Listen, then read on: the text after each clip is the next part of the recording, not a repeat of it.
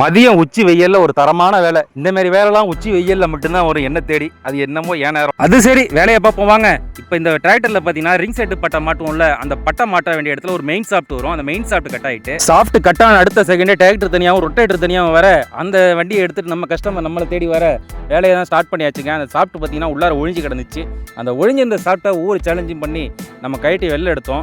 தப்பு சாஃப்ட்டை வெளில எடுக்கல, போல்ட்டை மட்டும் தான் வெளில எடுத்தோம். சாஃப்ட் பார்த்தீங்கன்னா மாட்டிக்கிச்சு. உடனே நம்ம ஹீட் பிளாஸ்டர் சொன்னா, அதான் நான் இருக்கனே என்ன வச்சு கரைச்சி விடுங்கன்னு சொல்ல நானும் ஹீட் பிளாஸ்டர் தள்ளிட்டு வந்து கரைக்க ஆரம்பிச்சிட்டேங்க. இதுல வந்து அறிவை தான் பயன்படுத்தி ஆகணும். தட்டி வலுக்கட்டாயமா எடுத்தா பாடி உடஞ்சிச்சுன்னா கஸ்டமருக்கு மிகப்பெரிய செலவு இழுத்து விடும். அதனால நம்ம ஹீட் பிளாஸ்டர் உதவியோட சாஃப்ட்டை வெளில எடுத்தாச்சு.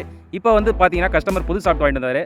அதுவும் லூஸாக தான் இருந்த காரணத்தினால நம்ம சரக்கு ஏற்றி மிஸ்டிங்லாம் பண்ணி ஒவ்வொரு வேலையும் பண்ணி பக்காவாக ரெடி பண்ணி மாட்டியாச்சு. நான் செய்கிற வேலையெல்லாம் பக்கத்தில் இருந்து பார்த்த வாடிக்கையாளருக்கு என் வேலை ரொம்பவுமே பிடிச்சிருந்துச்சு. உங்களுக்கு இந்த வேலை பிடிச்சிருந்துச்சு, நான் மறக்காம அந்த லைக் அண்ட் சப்ஸ்கிரைப் பண்ணி உங்கள் வீட்டு பிள்ளைய நினச்சி பாய். அடுத்த வீடியோவில் சந்திப்போம்.